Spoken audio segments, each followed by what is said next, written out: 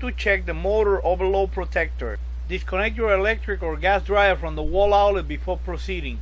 You should already know how to take the dryer apart up to this point. This is the motor overload protector.